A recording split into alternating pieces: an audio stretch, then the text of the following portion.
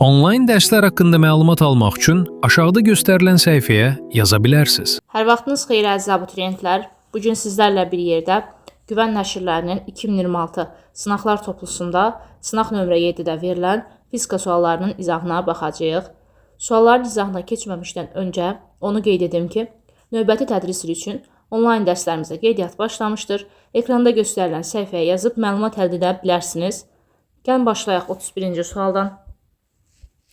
Şərtdə deyilir ki, düzxətli bərabər təcili hərəkət edən cismin 2-ci saniyənin sonunda sürəti 18 metr bölək saniyə, 5-ci saniyənin sonunda isə 6 metr bölək saniyə olmuşdur. Başlanğıc zamanında bu cismin sürətini, yəni V0 başlanğıc sürətini hesablayın. Biz bilirik ki, sürətin düsturu bərabər təcilli hərəkətdə Vx bərabərdir V0x üstə gələk Ax vuraq T şəklindədir. Sistem tənlikdən istifadə edəcəm. Hansı ki, birinci tənlikdə T-nin yerinə, zamanın yerinə 2 yazacağım. Həmçinin ikinci saniyənin sonunda son sürət 18 olduğundan Vx-in yerinə 18 yazacağım. Gəlin yerinə yazaq indi. Vx-imiz 18 bərabərdir V0x üstə gəlinsin Ax vuraq T-nin də qiyməti 2-yə. Artıq digər tənlikdə isə zamanın yerinə 5 yazacağım, T-nin yerinə 5 və son sürətin Vx-in də yerinə 6 yazacağım. Onda olacaq 6 bərabərdir V0x üstə gəlinsin Ax vuraq 5-ə. Mən bu tənlikləri tərəf-tərəfə çıxacağım. Aşağıdakı tənlikdən yuxarıdakı tənlik çıxanda, baxın, V0x-lar gedir. 5ax çıxaq 2ax mənə verəcək 3ax bərabər olacaq 6 çıxaq 18 mənfi 12-yə. Buradan ax-ı tapanda olacaq mənfi 4-ə bərabər. İndi istənilən tənlikdə ya burada, ya da yuxarıdakı tənlikdə yerinə qoymaqla başlanğıc sürət tapa bilərik. Mən ikinci tənlikdə yerinə qoyacağım. Onda olacaq 6 bərabərdir V0x üstə gəlinsin mənfi 4 vuraq 5.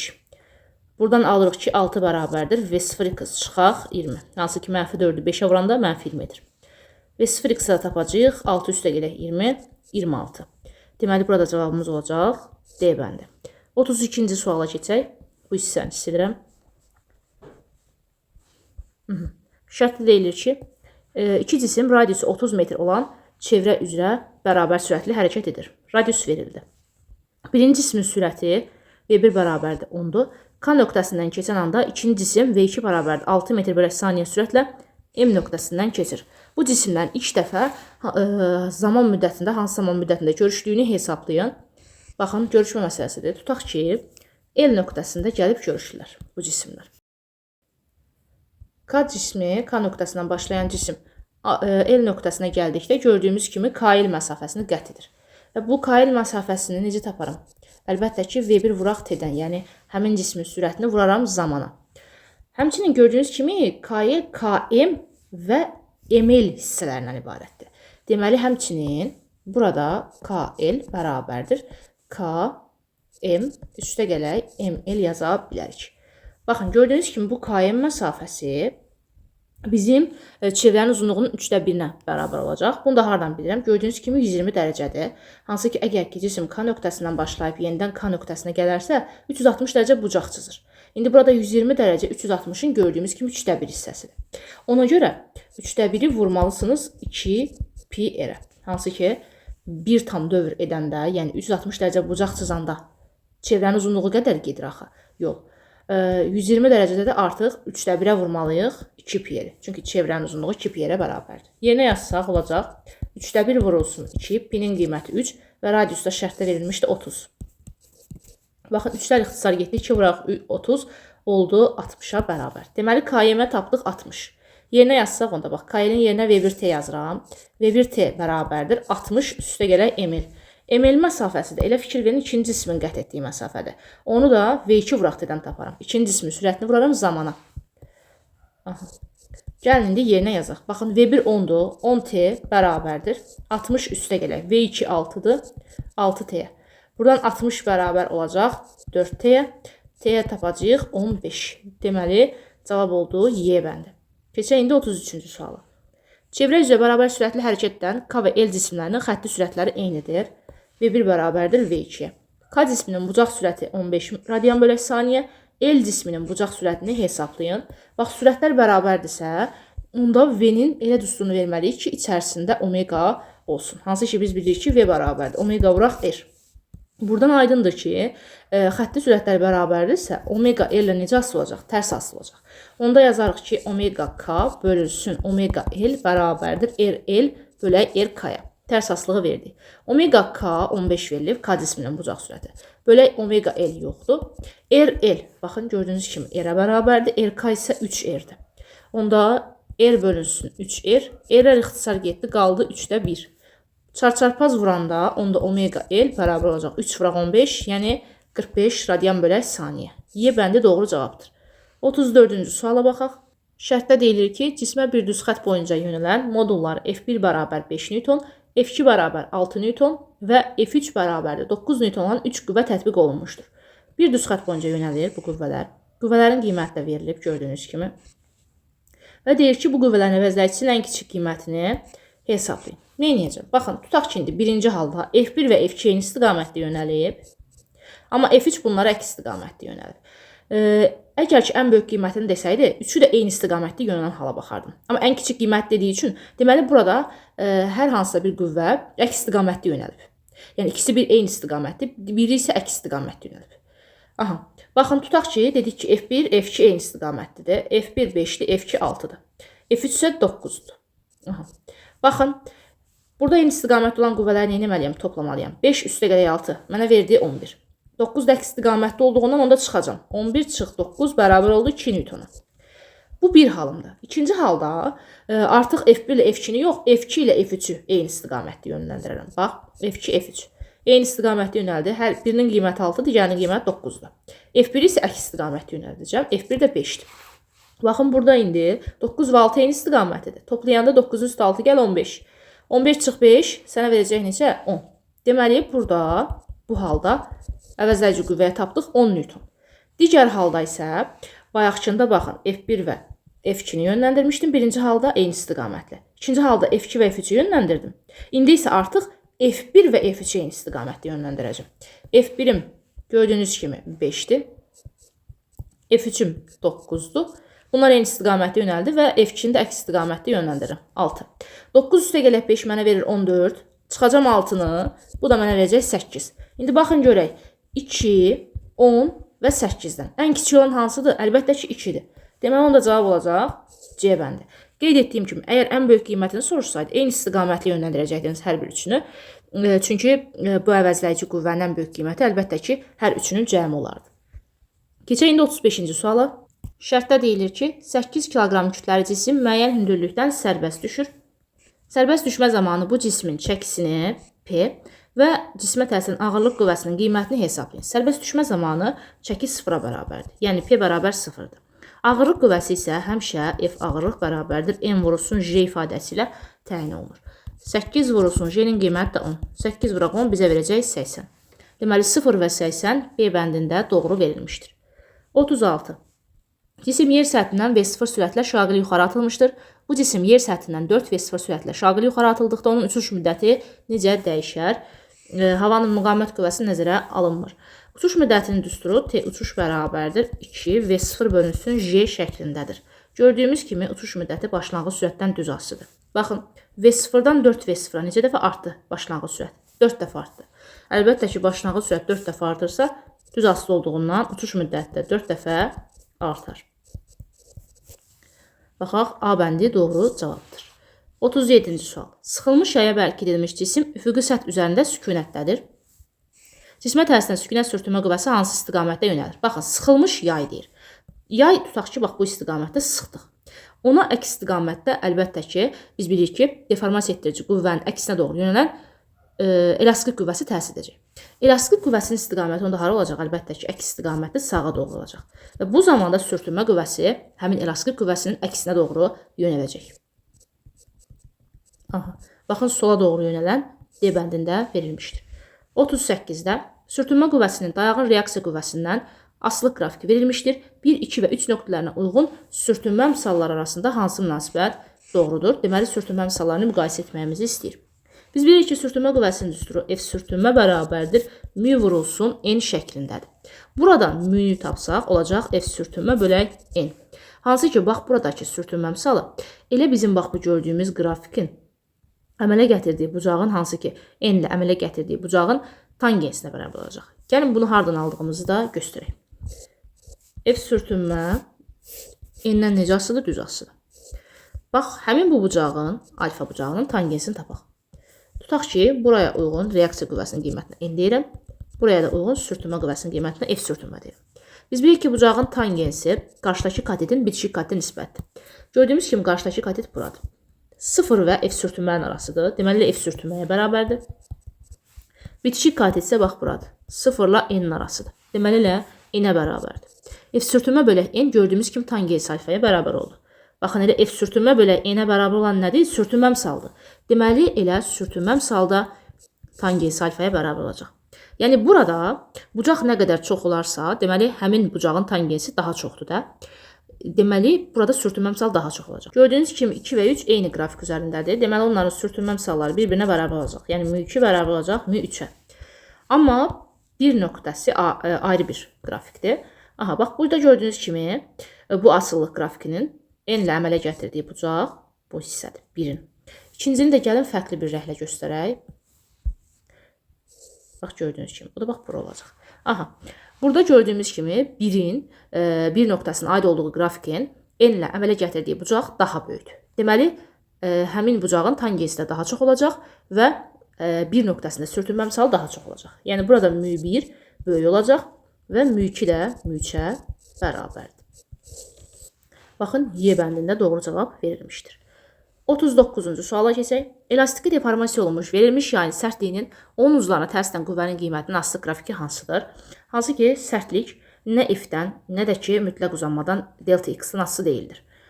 Burada K bərabərdir S-yə bölək L0 düsturunda olan kəmiyyətlərdən asılı olacaq. Hansı ki, S sahə, L0 sahə başlanğıc uzunluqdur, Y isə Young moduldur. Yəni, şagirdlər tutur, F bərabərdir, K vurulsun delta X-dan, K-nı tapırlar F bölək delta X. Burada K-nın F-dən asılılığını verirlər, düz asılıq kimi götürürlər, xeyr. K sərtlik nə F-dən, nə də delta X-dan asılı deyildir. Yəni, burada A bəndi doğru cavabdır. 40-cı suala keçək. Şərtdə deyilir ki, 30 Newton dartı qüvvəsinin təsiri altında düz xətli hərəkət edən 10 kq kütləli cismin sürətinin modulunun zamandan asılı qrafiki verilmişdir. Cismə təsir edən sürtünmə qüvvəsinin modulunu hesablayın. Baxın, bizə dartı qüvvəsinin qiyməti verildi. Həmçinin kütlə verildi 10 kq. İlk öncə baxmalıyıq ki, burada hərəkət necə hərəkətdir? Fikir versəz gördüyünüz kimi qrafik zaman oxuna, T oxuna yaxınlaşır. Deməli, hərəkət bərabər yavaşlayan hərəkətdir. Bərabər yavaşlayan hərəkətdə bu zaman sürtünmə qüvvəsi dartı qüvvəsindən böyük olur. Və bu zaman F sürtünmə bərabər olacaq F dartı üstə gəlsin M-aya. Gəlin buradan təcil tapaq qrafikdən. Hansı ki, mən təcilin modulunu tapacağım. A bərabər olacaq 20 çıxılsın 0 bölünsün 4-ə. Onda olacaq 20 bölünsün 4, 5-ə. Təcilin qeyd etdiyim kimi modulunu tapdım. X oxuca proyeksiyasını tapmadım. Aha, indi gətirib bax burada yerinə yazsaq, dartı qüvvəmiz şərtdə verilmişdir. 30 Newton, 30. Üstə gəlsin, kütləmiz 10 kq idi. 10 vurulsun. Təcrübə tapdıq 5. Yerinə yazaq. Onda olacaq 30 üstə gəlsin. 5 vuraq 10, 50. Aha, bu da bizə verəcək 80. Baxaq. Y bəndi doğru cavabdır. 41-ci sualda çəkisiz yaydan asılmış 4 kq kütləli cisim şaqlı aşağı istiqamətdə yönəlmiş F bərabərdir 10 Newton qüvvə ilə dartılır. Tarazlıq halında yayda yaranan elastik qüvvəsinin modulunu hesablayın. Deməli, bizdən F elastiklik soruşulur. Baxın, bu cismə təsirin ağırlıq qüvvəsi hara yönələcək? Əlbəttə ki, aşağıya doğru mg ilə hesablanacaq. Və biz bu cismi aşağıya doğru dartırıqsa, yəni yayı aşağıya doğru deformasiya etdirməyə çalışırıqsa, deməli elastiklik qüvvəsi həmin deformasiya etdirici qüvvənin əksinə doğru yönələcək, yəni yuxarıya. Aha. İndi burada tarazlıqda olduğundan fikir verin, tarazlıq halı deyilir. Deməli, onda bu cismə təsirdən qüvvələrin əvəzləyicisi 0-a bərabər olacaq. Başqa sözlə desək, yuxarıya doğru yönələn elastik qüvvəsi bərabər olmalıdır aşağıya doğru yönələn F plus mg-yə. Hansı ki, eyni istiqamətdə olduğundan F ilə mg-ni toplayacağım. Aha, yazaq onda F üstə gələk mg bərabərdir F elastikliyə. F-in qiyməti verilmişdir, şərtdə 10-dur. Üstə gələk, kütləmiz 4-dür. Vurulsun J-nin qiyməti 10, bərabər oldu F elastikliyi. Deməli, 10 üstə gələk 40 bərabərdir elastik qüvvəsinə. 10 üstə gələk 40 da bizə verir 50. Yəni, burada doğru cavab C bəndidir. 42-də. Şaqlı aşağı istiqamətdə 2 metr bölək saniyə sürətlə bərabər sürətli hərəkət edən liftin döşəməsindəki cismin çəkisi 48 Newtondur. Bu cismin kütləsini hesablayın. Bu zaman əlbəttə ki, cismin çəkisi P bərabərdir mg düsturu ilə hesablanır. Hansı ki, bərabər sürətli sözü var. Aha, buradan kütləni tapanda m bərabər olacaq P bölək J. Çəkinin qiyməti verilib 48-dir, J-nin qiyməti də 10-dur. 48 bölünsün 10 bizə verəcək 4,8. Cavab olacaq B bəndi. 43-cü suala baxaq. Üfüqi səth üzrə yalnız sabit sürtünmə qüvvəsinin təsiri altında hərəkət edən verilmiş cismin tormozlanma müddətinin onun başlanğıc uzunluğundan, başlanğıc impulsundan asılı qrafiki hansıdır? M də sabit verilmişdir. Baxın, burada tormozlanma müddətinin biz düsturunu yazmalıyıq. T bərabərdir. Biz bilirik ki, V0 bölünsün A-dır. Həmçinin A-nın belə bir düsturu var. A bərabərdir μ J. Bunu da hardan alırıq? M A-nı bərabər götürürük F sürtünməyə. Sürtünmə qüvvəsində düsturu μ M J-də axır. Aha. Hər tərəfdən M-lər gedəndə gördüyümüz kimi A bərabər olur μ J-yə. Gətirib bax burada yerinə yazsaq, V0 bölək μ J. Kəsirin sürət məxrəcini M-ə vuracam. Aha. Onda olacaq M V0 bölünsün μ M J. Baxın, M V0 gördüyümüz kimi başlanğıc impulsdur. μ M J isə sürtünmə qüvvəsidir. Onda T bərabərdir. P0 bölünsün F sürtünməni aldıq. İndi deyir ki, sabit sürtünmə qüvvəsi. Deməli, sürtünmə qüvvəmiz sabitdir. Buradan da aydındır ki, T P0 ilə necə asılıdır? Düz asılıdır. B bəndi doğru cavabdır. 44-cü suala baxaq. 8 kiloqram kütləli cismi kütləsi 6 kiloqram olan bir cins lingin hansı nöqtəsindən asmaq lazımdır ki, ling tarazlıqda qalsın? Baxın, lingin kütləsi verilib 6 kiloqramdır. Deməli, onda biz lingin çəkisini də nəzərə almalıyıq. Və biz də 6-nı vuracağıq J-nin qiymətinə 10, 60 olacaq lingin çəkisi. Əlbəttə ki, lingin çəkisini mən qeyd etmişdim ki, tam yarıdan göstərmək lazımdır və aşağıya doğru. Baxın, görün nə qədər bölgü var? 1, 2, 3 buradadır və burada isə 5 dənə bölgü var. 3 üstə gələk 5, 8 bölgü. 8 də yarıya bölün 4. Deməli, 4-cü bölgüdən aşağıya doğru 60-ımızı yazmalıyıq. İndi isə deyək ki, 8 kiloqram kütləli cismi haraya asaq ki, bu link tarazlıqda qalsın. Əlbəttə ki, biz momentlər qaydasından istifadə edəcəyik. Hansı ki, saat əqrəbinin əksi istiqamətində fırladan qüvvənin momenti bərabər olmalıdır saat əqrəb istiqamətində fırladan qüvvənin momentinə. İndi burada fikir verin. Gördüyünüz kimi 15 kiloqram kütləli cismə yer tərəfindən ağırlıq qüvvəsi təsiridir. Yenə mg ilə hesablanır. Kütləni vuracaqsınız, yəni J-yə. 15-i vuraq ona, o da olacaq 150. İndi bu 150 təsirin ağırlıq qüvvəsi gördüyümüz kimi saat əqrəbin əksinə doğru fırlatmağa çalışır lingi. Aha, 60 isə gördüyümüz kimi saat əqrəb istiqamətində. Həmçinin burada 8 kiloqram kütləli cismi burada hardan asırıqsa da, həmin bu cismə də ağırlıq qüvvəsi təsir edəcək axı. O da nə ilə hesablanacaq? 8 vurulsun, J-nin qiyməti 80. Aha, bu da eyni ilə 60 kimi saat əqrəbi istiqamətində fırlatmağa çalışacaq. Onda saat əqrəb istiqamətdə fırladan qüvvələrin momentini toplayacağam, bərabər götürəcəm saat əqrəbin əksi istiqamətdəki qüvvənin momentinə. Saat əqrəbin əksi istiqamətində fırladan 150 idi. Baxın, dayaqdan nə qədər məsafədədir? 2 məsafədədir. Onun momentini tapmaq üçün əlbəttə ki, 150-ni vuracağam 2-yə. Bərabər götürəcəm. 60 nə qədər məsafədədir? 1 məsafədədir. 60 vuraq 1. O da olacaq 60. Üstə gəlinsin 80 vuraq x-a. Çünki 80-i hardan asdığımı hələ bilmirəm. Ona görə də məsafəyə x deyirəm. Aha. Buradan 150 vurulsun 2 bizə verəcək 300. 300 bərabər 60 üstə gəlinsin 80 x-a. Buradan 80 x-i tapsaq olacaq 300 çıxaq 60 240. X-a tapacağıq 240 bölək 80 3. Deməli 3-cü damadan asmaq lazımdır. Dayaqdan 3 məsafədə. Baxın, bu 1, bu 2, bu da 3. Deməli gördüyümüz kimi buraya uyğun olan 3 nöqtəsidir. Cavab olacaq C bəndi. Keçək 45-ci suala. Şərtdə deyilir ki, qüvvə momentinin sabit qiymətində qüvvənin modulunun qüvvə qolundan asılıq qrafiki hansıdır? Biz bilirik ki, qüvvə momentinin düsturu M bərabərdir F vuraq D şəklindədir. Buradan F-i tapsaq olacaq M bölək D. Qüvvə momentinin sabit olduğu qeyd olunub, yəni M sabitdir. Buradan da aydındır ki, F D ilə tərs asılı. D bəndi doğru cavabdır. 46-cı sual. Verilmiş kütləli cisim blokların köməyi ilə hamar mail müstəvi boyunca bərabər sürətlə qaldırılır. Sistem qüvvədə necə dəfə qazanc verir? Blokların çəkisi və blokların oxunda sürtünmə nəzərə alınmır. Baxın, burada sürtünmə qüvvəsi nəzərə alınmayacaq, çünki hamar mail müstəvi qeyd olunur. Aha. Və bərabər sürətlə qaldırıldığı da qeyd olunur. Sistemin qüvvədə necə dəfə qazanc verdiyi soruşulur. Gördüyümüz kimi bu ipin ucuna F qüvvəsi ilə təsir edirik. Eyni ipdə yaranan gəlmə qüvvəsi eynidir. Baxın, onda siz burada bir F yazmalısınız. Eyni ipdə yaranan gəlmə qüvvəsi eynidir. Deməli, bu ipdə də yaranan gəlmə qüvvəsi F olacaq. Bəs bu ipdə əlbəttə ki olacaq F üstə gələk. F 2F. Aha. Həmçinin bu M kütləli cismə ağırlıq qüvvəsi təsiridir. mg ilə hesablanır. Və burada bizim mail müstəvinin səthinə paralel olan proyeksiyası mg vurulsun sinus alfa ilə tapılacaq. Amma perpendikulyar olan proyeksiya, yəni bax bu hissə mg vurulsun kosinus alfa ilə tapılır. O da hardan alınır? Bax bura alfadsa, bu bucaq alfadsa, onda burada olacaq alfa. Bucağa bitişik olan tərəf kosinusda olur. Amma bucağa bitişik olmayan sinusda olur. Aha. Mən deməli burada sabit, yəni bərabər sürətlə sözünü gördümsə, avtomatik aşağıya doğru bax bu yönələn mg sinus alfanı bərabər götürməliyəm. Bax, ona əks istiqamətdə yönələn 2f-ə. Deməli aldıq ki, 2f bərabərdir mg sinus alfaya. Aha. Buradan gəlin bucağın sinusunu tapaq. Sinus alfanı. Gördüyümüz kimi, bax bu bucağın sinusunu tapmaq üçün əlbəttə ki, qarşıdakı kateti bölməliyəm hipotenuza. Qarşıdakı katet 3-dür, hipotenuz da 15-dir. Onda olacaq 3 bölünsün 15. Bu da 5də 1-dir. Hansı ki, olacaq 0,2-yə bərabər. İndi gəlin burada yerinə yazaq. Deməli, aldıq ki, 2f bərabərdir. mg vurulsun 5də 1 yazıram. Aha, bu da oldu mg bölək 5-ə. Buradan f-i tapsaq, mg bölünsün 5-i bölməliyik bir də 2-yə. Buradan alındı ki, mg bölək 10. Hansı ki, 5 məxrəcə inir. Gördüyümüz kimi qüvvədə neçə dəfə qazanc əldə olunur? 10 dəfə qazanc əldə olunur. Cavab oldu D bəndi. 47-ci suala baxaq. O nöqtəsinə nəzərən F qüvvəsinin qolu hansıdır? Hansı ki, biz qüvvə qolunu göstərmək istəyiriksə, qüvvənin uzantısından dayağa qədər olan ən qısa məsafəyə baxmalıyıq. Əlbəttə ki, perpendikulyara baxmalıyıq. Aha, baxın, bu qüvvənin uzantısıdır. Dayaqdan qüvvənin uzantısına endirilən perpendikulyar bu qüvvənin qolu olacaq. Yəni OC. Cavab oldu A bəndi.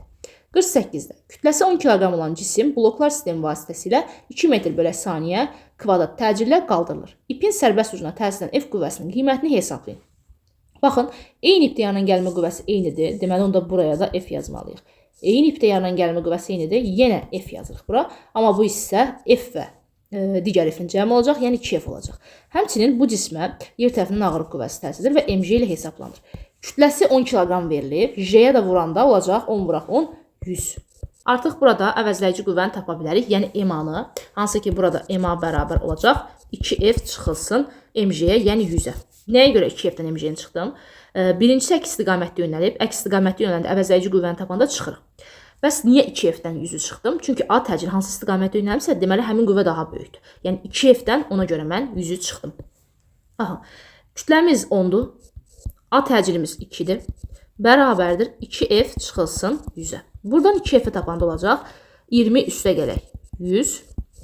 O da olacaq 120-yə bərabər. F-i tapanda 120 bölünsün 2, 60 verəcək. Yəni burada cavab olacaq C bəndi. 49-cu sual. Hansı cihazlardan istifadə edərək cismin kinetik enerjisini təyin etmək olar? Kinetik enerjinin düsturu Y kinetik bərabərdir mv kvadratı bölək 2-dir. Kütləni tərəzi ilə təyin edərəm. Sürəti də əlbəttə ki, spidometrlə təyin edərəm. Deməli 1 və 2 doğru cavabdır. B bəndi. Keçək 50-ci suala. Şərtdə deyilir ki, 2Y potensial bölək X ifadəsi ilə hansı fiziki kəmiyyət təyin olunur? Y yayın potensial enerjisi, X yayın uzanmasıdır. Potensial enerjinin belə bir düsturu var. Bunu hər birimiz bilirik. Y potensial bərabərdir Fx bölək 2. Gətirib bax burada yerinə yazsaq, onda olacaq 2 vurulsun Fx bölək 2 bölünsün X. 2-lər ixtisar getdi, X-lar da getdi, qaldı F. Bu F də əlbəttə ki, elastiklik qüvvəsidir. A bəndi doğru cavabdır. 51-ci sualda cismin kinetik enerjisinin onun impulsunun modulundan asılı qrafiki hansıdır? Baxın, kütləni sabit verib. Deməli, mütləq düsturda kütlə olmalıdır. Kinetik enerjində P və M olan düsturu Y kinetik bərabərdir P kvadrat bölək 2M'dir. Buradan kütlə sabitdirsə, kinetik enerji P ilə kvadratik düz asıdır. Yəni, baxın, B bəndi doğru cavabdır. Uşaqlar götürürlər, bəzən bu düsturdan da istifadə edirlər. Y kinetik bərabərdir P bölək 2. Amma burada kütlə yoxdur axı, kütlə sabit verilib. Deməli, onda sən kütlə olan düstur istifadə etməlisən. Yəni, bu düsturdan istifadə etməlisən. Buradan verəcəyin asıllıq, gördüyün kimi, Y kinetik P-dən düz asılıdır. Buradan elə görünür. Yəni, buradan verəcəyin asıllıq əslində səhv olacaq. Dediyim kimi, M olmalıdır düsturda. Keçək 52. Təcil və impuls üçün Euler-Venn diaqramında uyğun ifadələri müəyyən edin. Vektorial fiziki kəmiyyətdir hər ikisi də. Sürət istiqamətində yönəlir impuls. Əvəzləyici qüvvə istiqamətində yönəlir təcil. Düzxətli bərabər sürətli hərəkətdə 0-a bərabərdir. Düzxətli bərabər sürətli hərəkətdə sürət sabitdir, V konstantdır və bu zaman təcil və əvəzləyici qüvvə 0-a bərabərdir. Yəni, təcilə uyğun olacaq 4-də. Deməli 1-ə uyğun oldu 3, 4, 2-yə uyğun oldu 2 və 3-cüyə də uyğun oldu 1. 3, 4, 2, 1. Y bəndi doğru cavabdır. 53-cü sualda açar sözlərdə müəyyən ardıcılıqla istifadə edərək mətni tamamlayın. Açar sözlər fərqsiz tarazlıq, dayanıqlı tarazlıq, dayanıqsız tarazlıq, 4-də maksimum, 5-də də minimum verilir. Tarazlıq vəziyyətindən çıxarılmış cisim öz-özünə ağırlıq qüvvəsinin, qüvvə momentinin təsiri ilə əvvəlki vəziyyətə qayıdarsa, bu növ tarazlıq olacaq əlbəttə ki, dayanıqlı tarazlıq. Tarazlıq vəziyyətindən çıxarılmış cisim öz-özünə əvvəlki vəziyyətinə qayıda bilmirsə, bu növ tarazlıq olacaq dayanıqsız tarazlıq. Sonra boşluq buraxılıb, yazılıb ki, halında olan cisim ixtiyari vəziyyətdə ona təsir edən qüvvələrin əvəzəysiz sıfıra bərabərdir. Bu fərqsiz tarazlıqdır. Sonrasında qeyd olunur ki, dayanıqlı tarazlıq vəziyyətində olan cisim boşluq buraxılıb potensial enerjiyə malik olur. Əlbəttə ki, dayanıqlı tarazlıq halında olan cismin potensial enerjisi minimum olacaq, yəni 5. Dayanıqsız tarazlıq vəziyyətində olan cisim isə maksimum potensial enerjiyə malik olur. Deməli, 2, 3, 1, 5 və 4 sıra bu şəkildədir. Keçək indi 54-cü suala. Şərtdə deyilir ki, Günəş ətrafında orta sürəti 30 km/saniyə olan yerin 5 dəqiqə ərzində getdiyi yolu kilometrlə hesablayın. Baxın, orta sürət verildi 30 km/saniyədir və zaman verildi 5 dəqiqə. Getdiyi yolu istəyir. Əlbəttə ki, L-i necə taparam? L bərabərdir V orta vuraq T-dən. Həmçinin burada çevirmələr etməliyik. Kilometrdən metrə keçməyəcəm. Çünki getdiyi yolda kilometrlə tapmağımızı istəyir. Amma dəqiqədən saniyəyə keçəcəm. Niyə? Çünki baxın burada saniyə ilə verilib. Onda 5 dəqiqəmiz 5 vurulsun 60 bizə verəcək 300 saniyə. Gəlin indi burada yerinə yazaq. Olacaq 30 vurulsun 300. Bu da əlbəttə ki olacaq 9000. Deməli cavab olacaq 9000 kilometr. 55-ci sual. Uzanmayan çəksiz ipdən asılmış yüklər sabit təcillə hərəkət etdirilir. T1 30 Newton olarsa, F gəlmə qüvvəsini Newtonla hesablayın. Baxın, burada gördüyümüz kimi təcil aşağı yönəlib. Eyni ipdə yanan gəlmə qüvvəsi eynidir. Onda mən buraya da T yaza bilərəm. T nəyə bərabər olacaq? Gördüyümüz kimi T-nin dartdığı kütlələr nədir? 3M və 2M'dir. 3M üstə gələ 2M 5M-dir. Aha, 5M vurulsun, J çıxılsın A-ya bərabər olacaq. Hansı ki, A təcil aşağı yönəldiyindən çıxaq yazdım. Amma F isə bərabər olacaq 3M vurulsun, J çıxılsın A-ya. Niyə 3M götürdüm burada kütləni? Çünki fikir verin, F 3M kütləli cismi dartır. Aha, gəlin indi bunları tərəf-tərəfə bölək. T bölünsün F bərabər olacaq 5M vurulsun, J çıxaq A bölünsün 3M vurulsun, J minus A-ya. Buradan gördüyümüz kimi J çıxısın alar getdi, M'lər getdi, 5 bölək 3 qaldı. T'nin qiymətində 30 Newton verilib. Yerinə yazsaq burada olacaq 30 bölünsün F bərabərdir 5 bölünsün 3-ə. Buradan F-i tapanda olacaq 3 vuraq 30 bölək 5. 5 və 30 aparıram ixtisar. Məxrəcdə bir sürətdə qaldı 6. 3 vuraq 6 oldu 18. Deməli doğru cavab olacaq 18 Newton. Keçək indi 56-cı suala. Tarazlıq halındakı çəksiz yaylardan asılmış cisimlərin kütlələri və yayların sərtlikləri uyğun olaraq M1 bərabərdir 2M2, K2 bərabərdir K1 olarsa, yaylarda yaranan elastik qüvvələri və yayların potensial enerjiləri arasında doğru münasibətləri müəyyən edin. Baxın, sərtliklər bərabərdir fikir versəz, onda K olan düsturdan istifadə etməliyik. Biz bilirik ki, bu cisimlərə ağırlıq qüvvəsi təsir edir. M1J və M2J. Elastik qüvvəsi əlbəttə ki, bunların əksinə doğru yönələcək. Buna yazaq F1, buna da yazaq F2. Buradan aydındır ki, F1 bərabər olacaq MJ-yə, F2 də bərabər olacaq, yenə M2 vuraq J-yə. Aha, buradan baxın, gördüyünüz kimi FM-də necə asılıdır? Düz asılıdır. Aha, onda yaza bilərik ki, F1 böl F2 tərəf-tərəfə bölsək, M1 bölünsün M2 qalacaq. J-lər ixtisar gedəcək. Aha, M1-in verilib 2M2, M2-nin də olduğu kimi saxlayıram. M2-lər ixtisar getdi, qaldı nə? 2. Buradan alındı ki, F1 bərabərdir 2F2-yə. İndi potensial enerjiyə baxaq. Potensial enerjində hansı ki, potensial bərabərdir F-in kvadratı bölək 2K düsturundan istifadə edəcəm. Sərtliklər bərabərdir F ilə gördüyümüz kimi kvadratik düz asıdır. Onda baxın, F1 bərabərdir 2F2 almışamsa, Y potensial 1 bərabər olacaq 4 vurulsun Y potensial 2-yə. Yəni 2-ni kvadrata yüksəltdim. Aha. Baxaq görək indi hansı variant doğrudur. F1 2F2 2 və Y potensial 1 bərabər 4 vurulsun Y potensial 2-yə. 2 və 6 doğru cavabdır. Deməli burada. Keçək 57-yə. Şərtdə deyilir ki, fiziki kəmiyyətlər və onların vahidləri arasındakı uyğunluğu müəyyən edin. Çəki. Çəkinin vahidi Newtondur. Newton açılışı isə kiloqram vuraq metr bölək saniyə kvadratı şəklindədir. Baxaq, Newton verilib, həmçinin kiloqram vuraq metr bölək saniyə kvadratı. Deməli, 1-ə uyğun olacaq A və Y variantı. İkinci də impuls. Impulsun düsturu biz bilirik ki, P bərabərdir, M vurulsun V-dir, M kütlədir, vahidi kiloqram, V sürətli, vahidi metr bölək saniyədir. Deməli, onda impulsun vahidi olacaq, kiloqram vurulsun metr bölək saniyə. 2 uyğundur C bəndi. Enerji. Enerjinin vahidi jouldur. Joulun açılışı isə Newton vuraq metrdir. Newtonun açılışı bax buydu, kiloqram vuraq metr bölək saniyə kvadrat. Gətirib burada yerinə yazsaq, onda olacaq kiloqram vurulsun metrin kvadratı bölək saniyə kvadratı. Aha, baxın, joule və kiloqram vurulsun metr bölək saniyə kvadratı. Deməli, 3-ə də uyğun oldu. B və D. 1-ə AY, 2-yə C və 3-ə BD doğrudur. 58-ci sualda. Elastiki deformasiya olunmuş yaydan kütlələri M1 bərabər 3 kiloqram və M2 bərabərdir 2 kiloqram olan iki cisim asılmışdır. Sistem tarazlıqdadır. Cisimləri bağlayan ip qırıldıqda yayın sərtliyi və uzanması necə dəyişir? İp qırıldıqda sözü var. Buna da fikir vermək lazımdır. İp qırılmamışdan öncə, baxın, fikir verin. Əlbəttə ki, bu yaydan asılmış cisimlərə tərsin ağırlıq qüvvəsini tapmalıyıq. M2 kütləli cismə və M1 kütləli cismə tərsin ağırlıq qüvvələrini toplayacağım. Niyə? Çünki hər ikisi də eyni istiqamətdə yönələcək. Baxın, M2J aşağıyadır və M1J də aşağıyadır. M2J necə taparam? J-nin qiymətini tutaq ki, 10 götürürəm. Götürməsəz bunlar, eyni ilə belə saxlayaq. Gəlin, 2J. Aha, M1-in də yerinə 3 yazıram. 3J oldu. Aha, toplayanda bizə nə verəcək? 5J verəcək. Aha, deməli, aşağıya doğru 5J'miz var. Həmçinin burada deformasiya etdirici qüvvə elə bu 5J'dir. Deməli, deformasiya etdirici qüvvənin əksinə doğru yönələn elastik qüvvəmiz olacaq. Yəni, yuxarıya doğru F elastikliyi yazırıq. Elastik qüvvəsinin düsturu nədir? K vurulsun delta X bərabər olacaq. Deməli, 5 vurulsun J-yə. Buradan gəlin buna delta X1 yazaq, hansı ki, ip qırılmamış vəziyyətdəkidir. Aha, delta X1-i gəlin indi buradan tapaq. Olacaq 5J bölünsün K. İp qırıldıqdan sonra yayın sərtliyi dəyişməyəcək. Çünki bayaqlarda qeyd etdim ki, yayın sərtliyinin düsturu hansı ki K bərabərdir. S-yə bölü E0. Bax, buradakı kəmiyyətlərdən asılı olacaq. Yəni, S-dən L0-dan asılı olacaq. Y-də sabit kəmiyyətdir, Young moduludur. Nə F-dən, nə delta X-dən asılı deyil. Elastik qüvvəsindən də asılı deyil. Həmçində uzanmadan da asılı deyil. Ona görə burada sərtlik əmsalı K dəyişməyəcək. Yayın sərtliyi K bərabərdir konstant. Aha, sərtliyi tapdıq. İndi görək uzanma. Delta X1-imiz buydu. İp qırılmamışdan öncə. İp qırılandan sonra artıq, bax buradakı ip qırılandan sonra M1 kütləli cisim nədir? Olmadı. Gəlin onu silək buradan.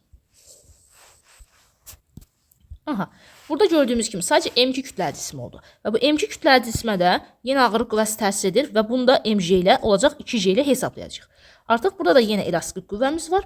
Aha, bu elastik qüvvəsində artıq K vuraq delta X2 bərabər olacaq 2J-yə. Buradan delta X2-ni tapanda 2J bölünsün K olacaq. Gəlin indi delta X1 bölək delta X2 nisbətini tapaq. Aha, olacaq delta X1-in yerinə yazıram 5J bölək K. Delta X2-nin də yerinə yazıram 2J bölək K. Gördüyümüz kimi bax K'lar ixtisar gedir, J'lər də ixtisar gedir. Nə qaldı? 5 bölünsün 2. Buradan delta X2 bərabər olacaq 2 vurulsun delta X1 bölünsün 5-ə. Baxın, bu da olacaq delta X1 bölünsün 5 bölək 2. Hansı ki, baxın, eyni şeydir. 2 yuxarı çıxanda olur elə 2 delta X1 bölək 5.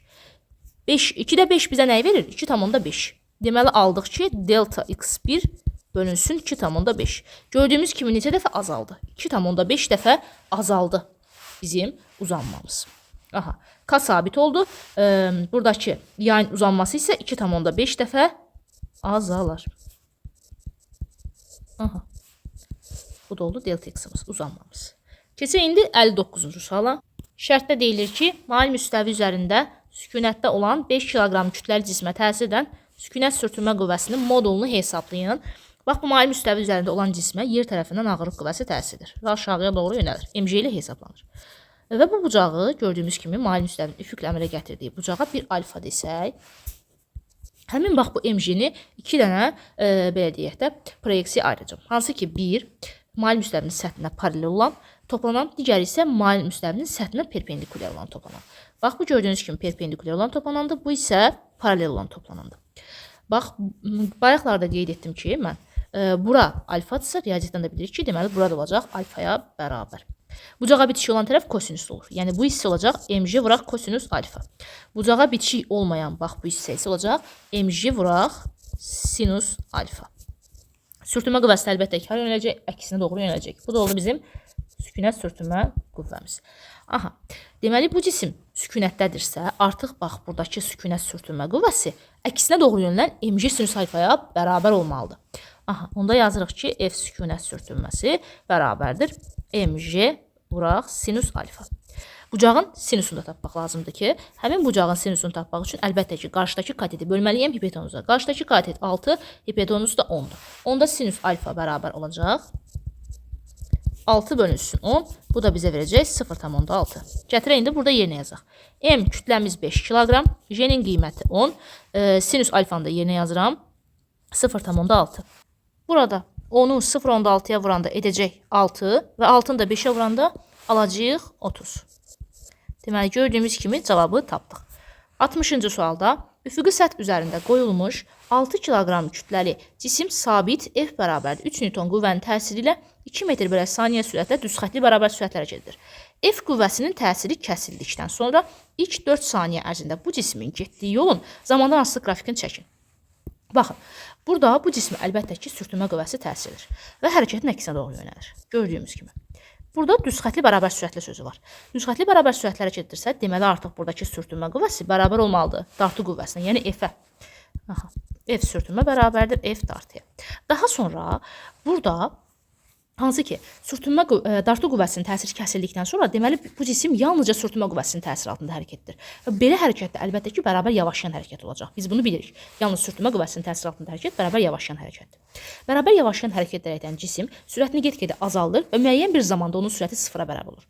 Həmin o zamanı tapmalıyıq. O zaman da əlbəttə ki, tormoz müddətidir. T-nin də düsturunu biz bilirik ki, tormoz müddətinin düsturu T bərabərdir. V0 bölünsün adı. Başlanğıc sürətimiz, bax elə budur hansı ki F qüvvəsinin təsiri kəsildikdən sonra elə 2 metr bölü saniyə olacaq. Aha, 2 bölünsün A-nın qiymətini tapmalıyam. A-nı da nədən tapacağım? A-nı da əlbəttə ki F bölünsün M-dən. Bax qüvvəmiz 3-dür, kütləmiz də 6 kiloqramdır. O da olacaq 3 bölünsün 6, 2-də 1, 0,5. Yazaq indi, onda olacaq 2 bölünsün 0,5. Vergül atıram. Vergüldən sonra bir dənə 5 olduğundan sürətə 1-dən 0 əlavə etməliyik. 20 bölünsün 5 bizə verdi 4. Deməli, burada tormoz müddəti 4 saniyədir.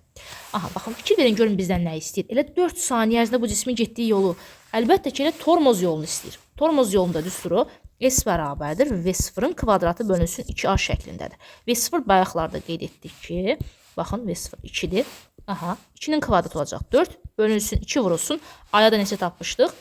Gördüyünüz kimi 0,5. Yerinə yazsaq 2 vurulsun 0,5. O da olacaq 4 bölək 1, 4-ə bərabər. İndi bizdən həmçinin qrafiki də çəkməyimizi istəyir. S-in T-dən asılı qrafikini gəlin çəkək. Qeyd etdiyim kimi hərəkət bərabər yavaşlayan hərəkətdir və parabolik asılı olacaq əlbəttə ki. Baxın, gördüyünüz bax bu hissə olacaq. 4 saniyənin sonunda isə bizim yolumuz elə 4-ə bərabər olacaq. Bayaqları tapdıq. Zamanda 4 tapdıq, tormoz müddətini və yolda tapdıq. Aha.